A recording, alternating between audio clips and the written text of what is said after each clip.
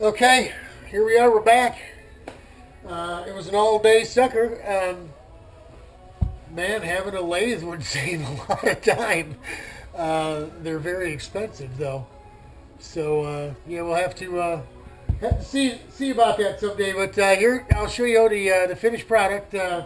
How we extended the rear of the chassis 3 inches, so we could add 3 inches of wheelbase if we want to.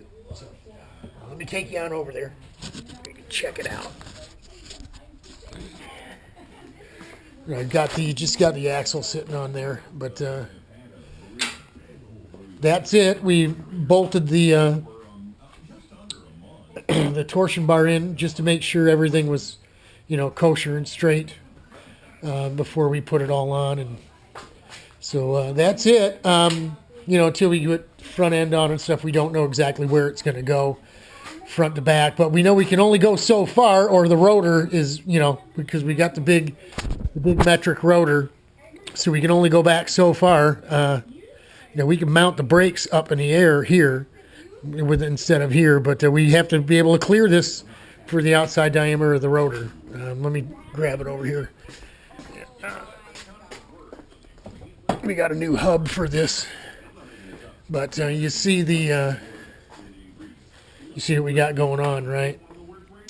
It has to, the outside diameter of the rotor has to clear that bit there. So here we go. I mean, here's we got some really nice parts and pieces.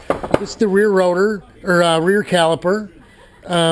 It's all brand new fronts, new master cylinders, a little brake bias. So we got some work to do. See, old 4-stroke mount for the Margay. We got to get that thing going here shortly too.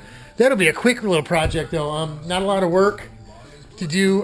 Really just getting the brakes on it and stuff is going to be pretty much the biggest ordeal. The rest of it's pretty straightforward. But there you go. That's it. We got a little bit of work done today. Shoulder feels good. I didn't hurt myself, so that's always a positive thing. We didn't do any welding yet, but it's coming around, folks. It's coming around. We're little baby steps at a time.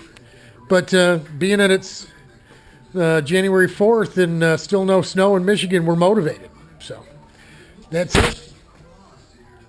Talk to y'all later. Godspeed.